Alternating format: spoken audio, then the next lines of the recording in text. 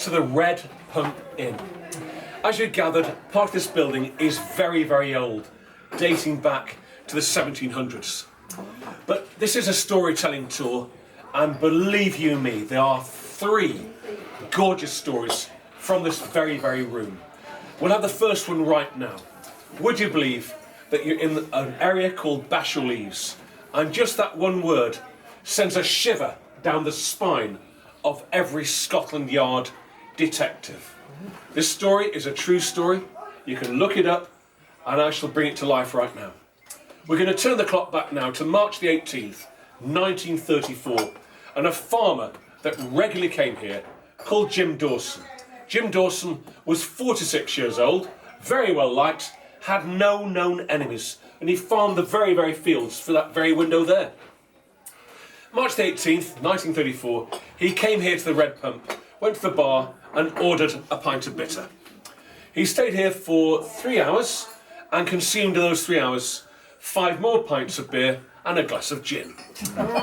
He left at exactly 9:30 and walked down the very lane that we just come up in total darkness. As he came round the corner, a car came from nowhere and the car headlamps illuminated a figure some 300 yards in front of him, just simply leaning over a gatepost, looking at the lane towards him. The car went past and darkness descended into the lane once again. Jim carried on walking. He was 300 yards from the back door of the farm where he lived, where his 2 sisters were preparing an evening supper for him. Halfway down the lane, he saw this figure looking over the gatepost, looking down the lane towards him. But as he advanced towards the house, darkness descended the lane once again, and he heard a click from behind the hedge, a metallic click. He then felt almost like a whack, a thud. He's chucked a stone at me. He quickened his pace. He got back to the farm. His 2 sisters, Mrs. Lee, Mrs. Pickles, had a 3-course supper ready for him. He enjoyed the meal. He went to bed. At 4:30 in the morning, he screamed out in agony. His 2 sisters came rushing upstairs to the bedroom, pulled back the bedclothes, rolled him over, were horrified to find blood on the bed, but also under his arm, an open wound that was bleeding quite badly. They called the doctor. Dr. Cooper arrived from Clitheroe, and Dr. Cooper looked at the wound. Mr. Dawson, I could be wrong, but I think you've been shot. Don't worry, we'll get you to the Royal Infirmary in Blackburn straight away, and we'll have the wound treated. He was rushed to the infirmary in Blackburn.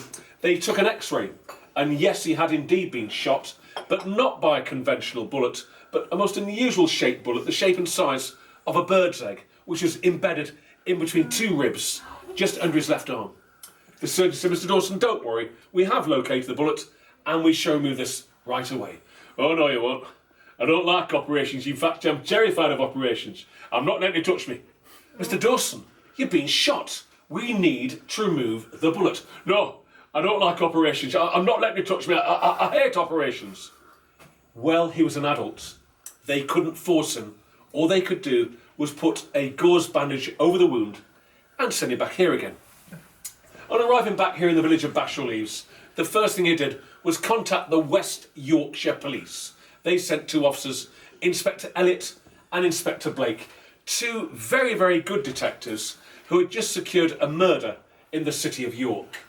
They arrived at this lovely landscape and looked around and thought, well, this won't take too long. We'll have this person behind bars before they know it.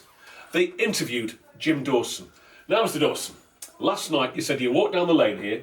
You said you saw a figure in the car headlamps. We believe this is the person that shot you. How tall was this person? What colour hair? And what clothing was he wearing? I can't tell you. He was too far away. I can't give a description. So therefore, the West Yorkshire Police did not have a lot to go on. Inspector Blake and Elliott toured all the local farms in the area, and they were met by a wall of silence. The locals refused to talk. Elliott said, I want every person in the area to bring their shotguns, pistols, air weapons to the Red Pump. We want to look at every single weapon in the area. They did do, and they brought here this huge pile of arms and left without saying a word.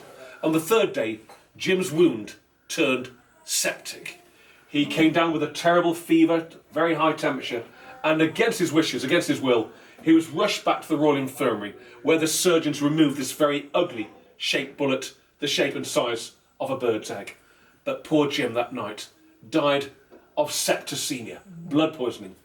The West Yorkshire Police then said, right lads, we've now got a murder on our hands.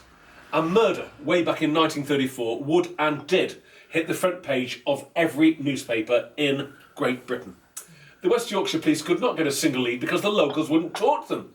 There wasn't a single suspect. However, this was murder. They couldn't close the case. All they could do was bring in the big boys from the City of London, Scotland Yard. And Scotland Yard brought out of retirement for the 17th time in 15 years Inspector Sir Robert Churchill. Now, he was indeed a ballistics expert. He knew everything about firearms. Also, as a young lad in 1888, he had been in the Metropolitan Police in the City of London and had nearly caught that famous Whitechapel murderer, known simply as Jack the Ripper, at a place called Mitre Square, London, when he came across a horse trough still swirling with freshly washed hands that had just claimed the life of Catherine Eddowes. He arrived at the railway station in Clitheroe and he boasted, "Oh yes, I'll have these peasant farmers behind bars by 3:30 this afternoon." He had the River Ribble dragged for the murder weapon. The bullet was sent down to the ballistics section at Scotland Yard to the forensic scientists, and they said the bullet is homemade. This bullet will not fit any known calibre rifle in the world. It's been made from cheap agricultural metal. It's been placed on a lathe, rotated at high speed to make it more sharper and more aerodynamic, and fired from some form of strange weapon. I would say possibly a crossbow, possibly an air weapon, but the murder weapon has never ever been found. Churchill, Blake and Elliot went back to their respective police forces, the laughingstock of Great Britain. They had not got the murderer. The people living in this rather gorgeous hamlet, they know exactly who shot Jim Dawson. They know why he was shot, but it's the most jealously guarded secret within the whole of the area. There is a marvellous book called The Wall of Silence by Jenny Lee Coben. And her book has sold in its thousands. And she also brings up all the evidence, and there wasn't any evidence pointing to any single person. Some years ago, Thames TV tried to reenact the murder, but to no avail. The locals got a little bit hostile. But the village is known simply as the village that refused to talk, and Jenny Lee Coben's book is called The Wall of Silence. Whoever committed this murder, he or she, their names are still being protected. But this gorgeous landscape certainly fooled Scotland Yard and certainly fooled all the other local police in the area. But there's a very, very touching story from this very, very room, and it really